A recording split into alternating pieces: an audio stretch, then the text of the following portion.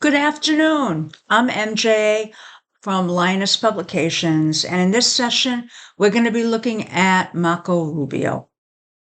Now, Marco Rubio is a GOP. He ran for president at the same time that Trump did back in 2016. He does, he is sort of a favorite of the conservatives. He is intelligent. He has great deal of foreign national experience. So he really is definitely a good player to have on the team.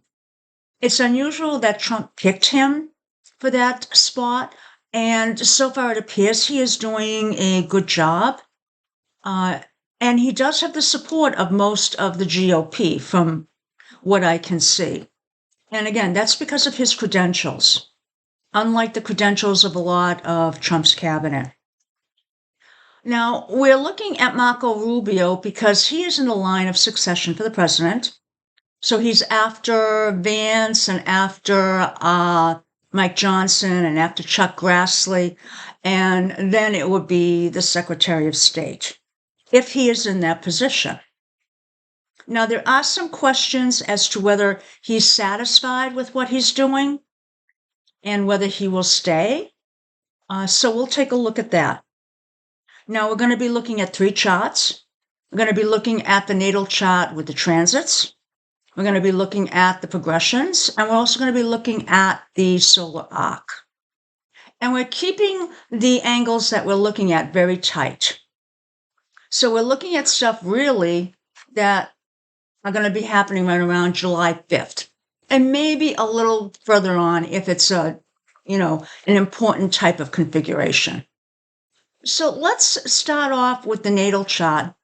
And there's a few that I want to mention here. Let's start off with Uranus opposing Jupiter.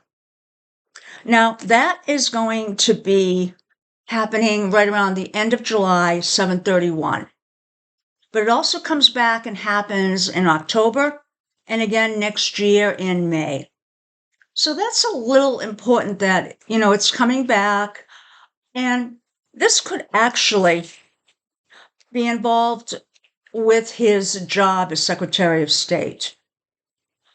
And the reason being is that Uranus is making the angle to Jupiter. Jupiter is associated with foreign type of ventures. So in this case, him being someone that goes out to represent the United States would fall right in line with a Jupiter type of role.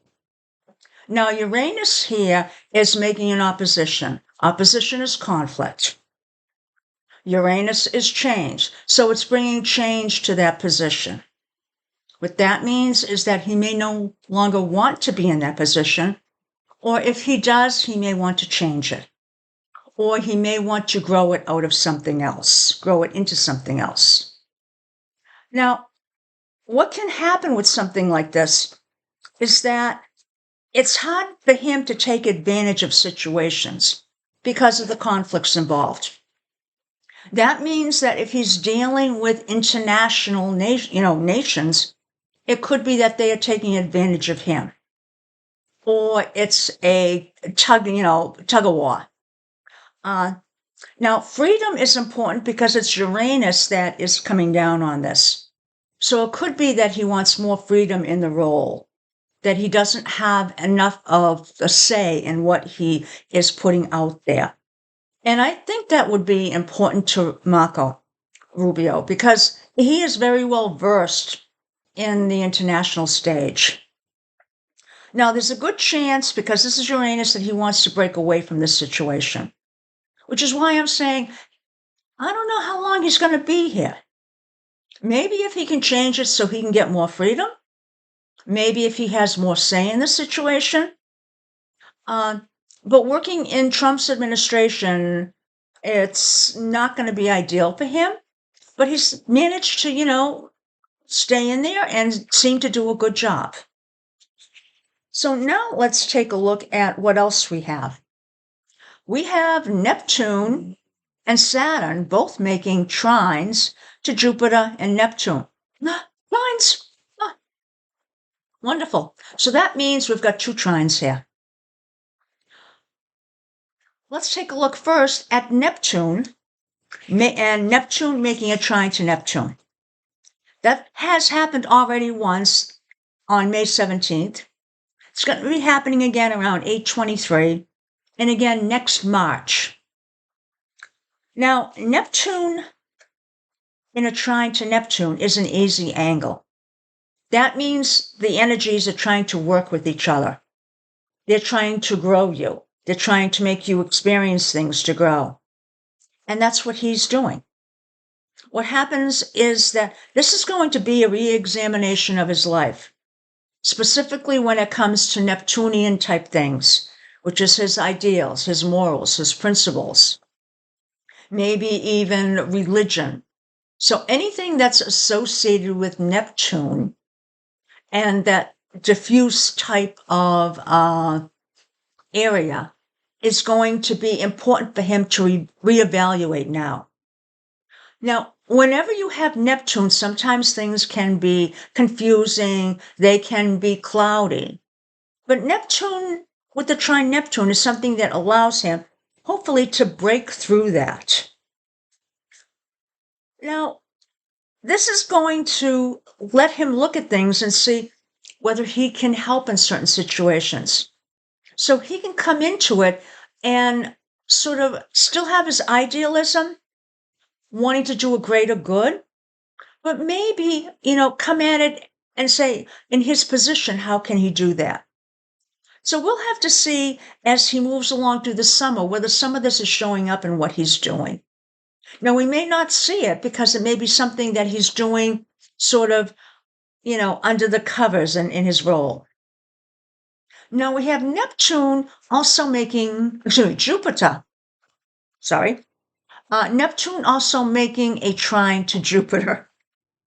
Now, Neptune making this trine, it already made one on 4/25. It's going to come again around the middle of September and next year in February. So in this case, this is a time he's going to be very optimistic. He's going to be very hopeful about things. He's going to want the truth. Jupiter may be sometimes over exuberant and, maybe exaggerates some, whatever, but they want the truth. They want to get to it. Now, this is also going to increase his self-confidence.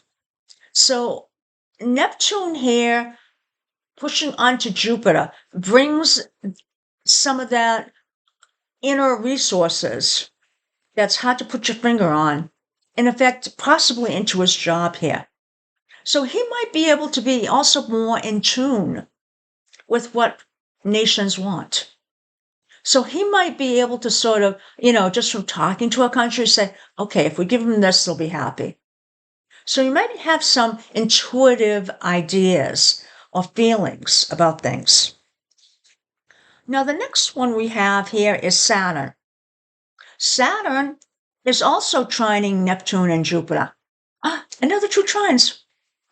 Okay, so Saturn trining Neptune is pretty good. We'll talk about what it is after I tell you the dates. It's going to happen around the 22nd of this month, again around August, and again around February. So now, when you have Saturn trying Neptune, Neptune, as I mentioned, can be sometimes confusing, can be sort of, cloudy, not clear. Saturn is going to make all that clear. So it really adds a good filter onto Neptune and sort of brings out that diffuseness of it and makes it more concrete. Even though it's hard to make Neptune concrete, it can make it work better. Okay, bring those ideas to the forefront. So that's actually nice. Saturn, when it's in a trine, works great. It adds focus, it can bring a lot to the planet that it's, working with, and that it wants to make progress, it wants to keep it focused, and it wants to make it usable. And it wants to do that to your life. Now, Saturn is also trining Jupiter. Another trine. Saturn making that connection, and it's going to be doing that on 6/8, so it's happening right about now, in August, and again next February. Now, notice I've said quite a few times, Jupiter can be just a little bit, too expansive, too gaseous, too without boundaries. What does Saturn do? It brings it right back in. So it really, it's like taking, something that is going all over the place and just sort of steering it better. And that's what Saturn does here. It's a great combination.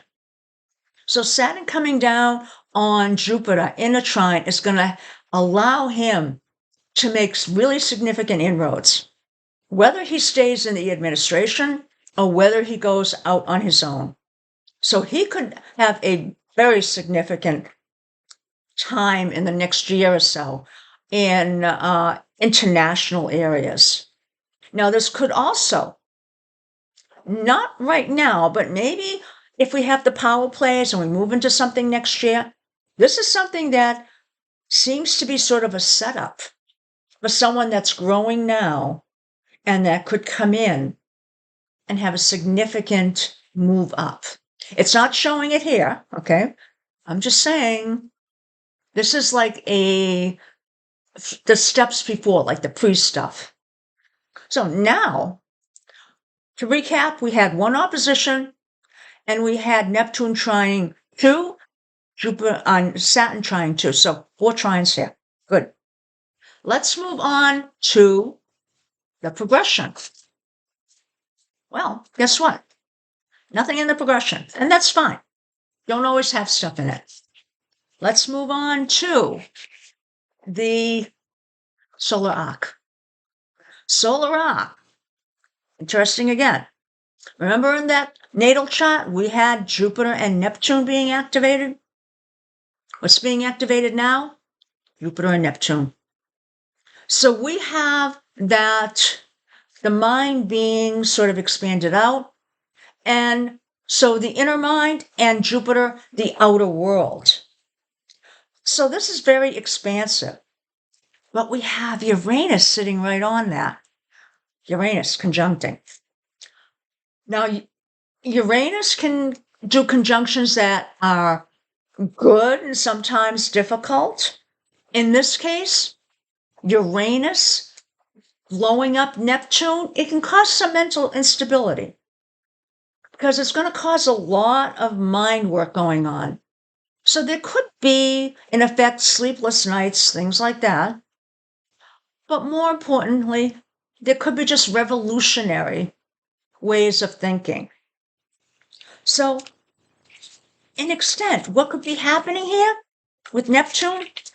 He's going to start being exposed to new ideas, revolutionary things.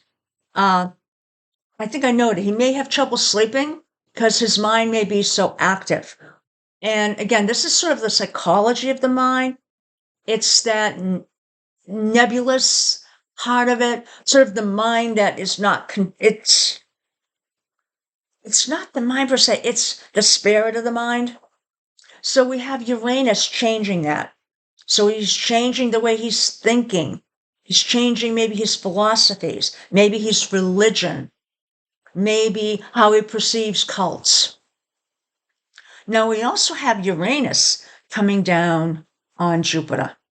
Uranus on Jupiter can be a positive conjunction because Uranus, in effect, is change, and Jupiter is expansion. So you could be changing and expanding even more. The issue is whether or not it can be controlled. So again, this is going to add a lot of excitement to his life. Now, when is all this stuff happening?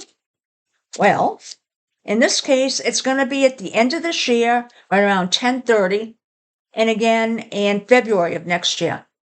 So February timeframe is going to be pretty important for him. So we might need to come back and see what else is going on, considering we have these little things happening. And they're not so little. So in this case, expect him to have an expanding viewpoint, to start seeing beyond where he is. And having so much to deal with the foreign nations, he's talking to a lot of people, a lot of heads of states. He understands the problems of the world. He's becoming more global. So would this be a good position for someone to move up into a higher position of prominence? Yes, it would. And if something happens to Trump, could it be that at some point it comes down to him? Possibly, but we don't know yet. But, as I noted, the more I look at things, I'm not seeing something directly that would be incapacitating Trump uh, to the point that he cannot stay in office, because I don't see Vance taking over or any of these people taking over in July. Could be something different. I'm still searching, tying up all the loose ends. Otherwise, I hope you enjoyed this and have a great day. Bye now.